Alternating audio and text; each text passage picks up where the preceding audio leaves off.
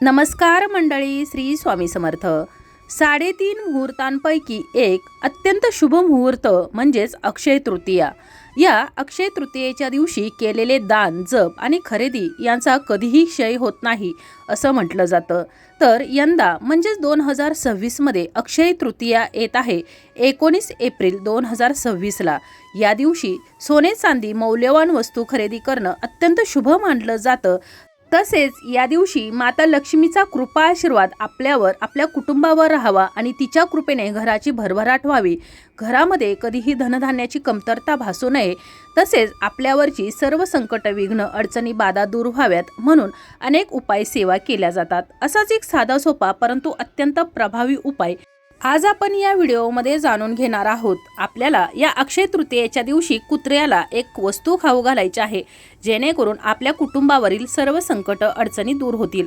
आता कोणती वस्तू कुत्र्याला खाऊ घालायची आहे, कोणती सेवा करायची आहे, याविषयीचीच अगदी थोडक्यात पण महत्त्वाची माहिती तुम्हाला मी या व्हिडिओमध्ये पुढे सांगणारच आहे. पण त्यापूर्वी जर तुम्ही चॅनलवर नवीन असाल तर चॅनलला सबस्क्राईब करा, जेणेकरून आपले असेच येणारे नवनवीन माहितीमय आणि भक्तिमय व्हिडिओ तुमच्यापर्यंत पोहोचत राहतील. तसेच व्हिडिओ पाहताना व्हिडिओला लाईक करायला देखील विसरू नका. प्रत्येक जण आपल्या कुटुंबासाठी, कुटुंबाच्या सुख समृद्धीसाठी, भरभराटीसाठी मेहनत करत असतो, कष्ट करत असतो. परंतु कितीही मेहनत केली, कष्ट केले तरी देखील आलेला घरामध्ये पैसा, आलेली लक्ष्मी घरातून कोणत्या ना कोणत्या मार्गाने घराबाहेर जाते.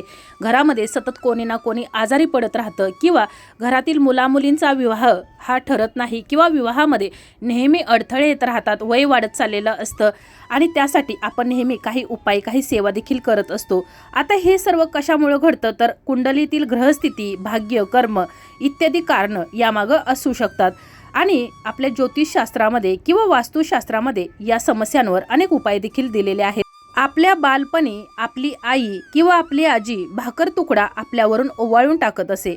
आपल्याला कोणाची वाईट नजर, दृष्ट लागू नये अशी त्यामागे सद्भावना होती, कारण या दोन्ही पदार्थामध्ये नकारात्मकता शोषून घेण्याची ताकद असते. याच मुद्द्याला दुजोरा देऊन ज्योतिषशास्त्राने कुंडलीतील बिघडलेल्या ग्रहस्थितीवर तोडगा सुचवला आहे. आपल्या कुंडलीतील दोष असतील किंवा कालसर्प योग असेल, कोणत्याही कामामध्ये जर अपयश येत असेल, विवाह ठरत नसेल किंवा समस्या, अडचणी आपला पाठलाग सोडत नसतील, तर आपल्याला एक कुत्र्याला वस्तू खाऊ घालायची आहे.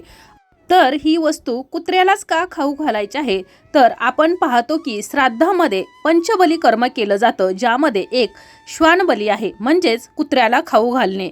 कुत्र्याला यमाचा दूत असं देखील म्हटलं जातं. यम हा पूर्वजांच्या वंशाचा प्रमुख मानला जातो आणि कुत्र्याला अन्न खाऊ घातल्यानं भैरव महाराज प्रसन्न होतात, जेणेकरून व्यक्तीला अचानक कोणताही त्रास होत नाही. कुत्रा हा देखील पूर्वजांचा प्रकार मानला जातो आणि कुत्र्याला अन्न खाऊ घातल्यानं शनी, राहू आणि केतूशी संबंधित कोणतीही समस्या निर्माण होत नाही. तसेच कुत्र्याला रोज जर आपण भाकरी खाऊ घातली तर जिथं शत्रूचं भय नाहीसं होतं, तिथं माणूस निर्भय होतो. तसेच कुत्र्यामध्ये भविष्यातील घटना आणि आत्मा पाहण्याची क्षमता असल्याचं म्हटलं जातं. तसेच कुत्रा घरातील आजारी सदस्यांचा आजार स्वतःवर घेतो किंवा येणाऱ्या आजाराची माहिती 6 महिने अगोदर तो देत असतो. जर एखाद्याला संतान प्राप्ती होत नसेल तर घरामध्ये काळा कुत्रा पाळण्याचा सल्ला देखील आपल्या हिंदू धर्मामध्ये दिला जातो. कुत्रा हा एक निष्ठावान प्राणी आहे, जो धोके सर्वात आधी ओळखतो आणि म्हणूनच आपल्याला कुत्र्याला एक वस्तू खाऊ घालायची आहे. तर मी तुम्हाला हा जो उपाय सांगत आहे तर तो नुसता अक्षय तृतीयेला करून चालणार नाही, तर तुम्ही दररोज जरी केला तरी देखील चालेल किंवा ज्या विशिष्ट तिथी असतात तर त्या तिथींना करायचं आहे किंवा दर शनिवारी तुम्हाला कुत्र्याला ही वस्तू खाऊ घालायची आहे. तर वस्तू काय आहे तर आपण रोज सकाळी आपल्या घरामध्ये जेवणासाठी चपाती भाजी बनवत असतो, तर पहिली जी चपाती बनवलेली असते तर ती पहिली चपाती घ्यायची आहे. त्यावरती थोडासा गुळाचा खडा ठेवायचा आहे आणि ही जी गुळाचा खडा ठेवलेली जी चपाती आहे, थोड्या मोठ्या आकाराची चपाती बनवून घ्यायची आहे आणि चपाती बनवताना या चपातीला थोडंसं तूप देखील लावायचं आहे. जर तुम्ही चपाती जर खाऊ घालणार नसाल तर तुम्ही ज्वारीची जी भाकरी आपल्या घरामध्ये रोज होते तर त्यातील एक पहिली जी भाकरी बनवलेली आहे तर त्या भाकरी सुद्धा तुम्ही या कुत्र्याला खाऊ घालू शकता. परंतु जी सर्वात पहिली जी भाकरी किंवा जी चपाती होते तर तीच आपल्याला या कुत्र्याला खाऊ घालायची आहे. शक्य असेल तर काळ्या रंगाच्या कुत्र्याला आपल्याला ही भाकरी खाऊ घालायची आहे किंवा चपाती खाऊ घालायची आहे. जर तुमच्या जवळपास जर काळ्या रंगाचा जर कुत्रा नसेल तर मग तुम्ही कोणत्याही रंगाच्या कुत्र्याला ही वस्तू खाऊ घालू शकता.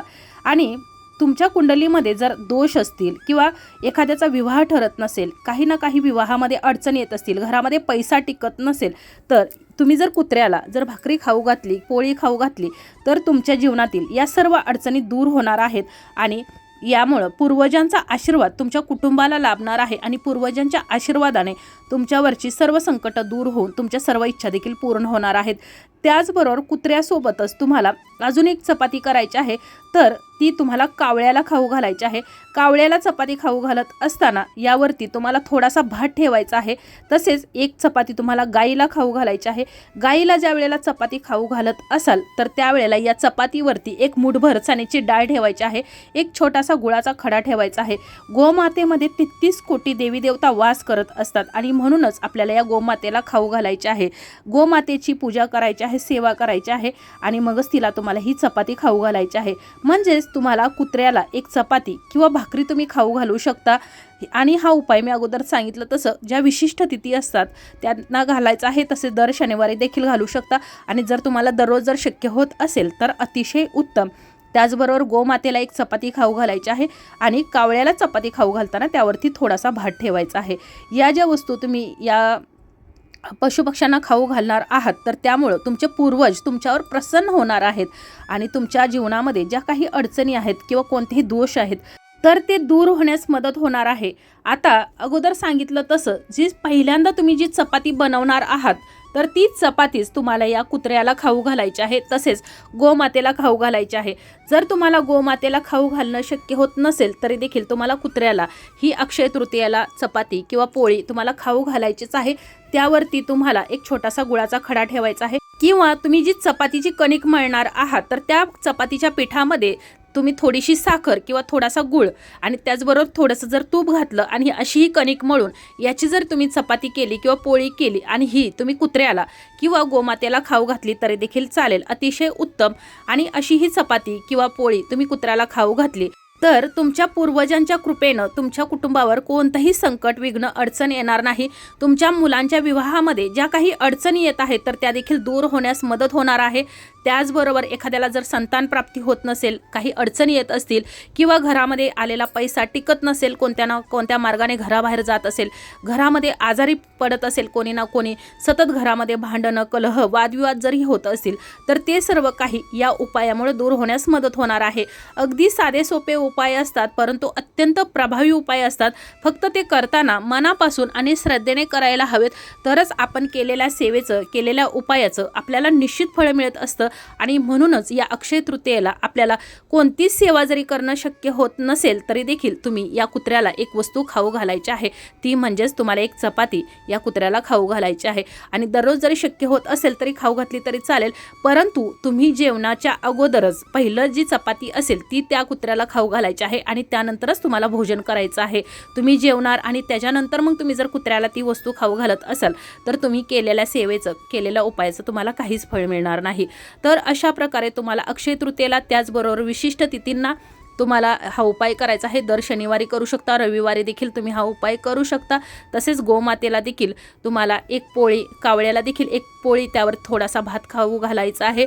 त्याचबरोबर गोमातेला हिरवा चारा देखील खाऊ घालू शकता। तर अशा प्रकारे आपण आज अक्षय तृतीयेला कावळ्याला कोणती वस्तू खाऊ घालायची आहे जेणेकरून आपल्या मुलांच्या विवाहामध्ये येणाऱ्या अडचणी दूर होतील, आपल्या पूर्वजांचा आशीर्वाद आपल्याला प्राप्त होईल, घरामध्ये पैसा टिकेल, घरामध्ये जे आजारपण आहे तर ते देखील दूर होण्यास मदत होईल। या सरावांविषयीची अगदी थोडक्यात पण महत्त्वाची माहिती जाणून घेतलेली आहे। तरी देखील तुमच्या जर काही समस्या असतील तर तुम्ही मला कमेंटमध्ये विचारू शकता। माहिती आवडली असेल तर व्हिडिओला लाईक करा, चॅनलला सबस्क्राईब करा आणि हा व्हिडिओ जास्तीत जास्त शेअर करा। धन्यवाद।